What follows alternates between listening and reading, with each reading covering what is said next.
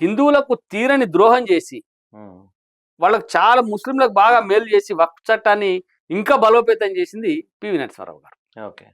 ఉమ్, దాని తర్వాత పూర్తిగా వీళ్ళు ఏ భూమి అంటే ఆ భూమి మాది అని చెప్పుకునేటువంటి పరిస్థితికి వచ్చేసిండ్రు. వక్ఫ్ కమిటీ నిర్ణయం తీసుకొని ఈ భూమి మాది అని చెప్పి వాళ్ళు గెజెట్ నోటిఫికేషన్ ఇస్తే వాళ్ళదే అయిపోతుంది. ఓకే.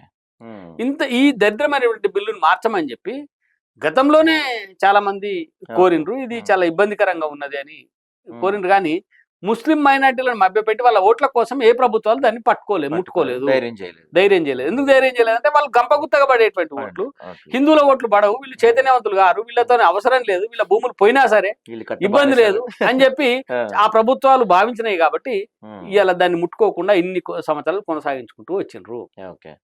అయితే దానివల్ల ముస్లింలకు ఏమైనా నష్టమా, వాళ్ళ పర్సనల్లో వాళ్ళ మతపరమైనటువంటి విషయాల్లోకి ఏమైనా పోతున్నామంటే వాళ్ళ మతపరమైనటువంటి విషయాలలో ఎక్కడ జోక్యం చేసుకోరు.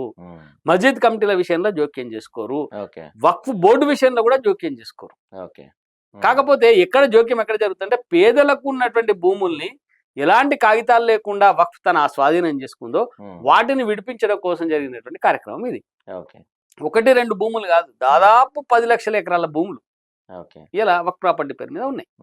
అయితే ఎట్లా, ఇప్పుడు ఉదాహరణకి అది ఎవరు మెయింటైన్ చేస్తున్నారు, ఎవరు ఇస్తున్నారు అంటే అసలు దానికి లెక్కపత్రం లేదు.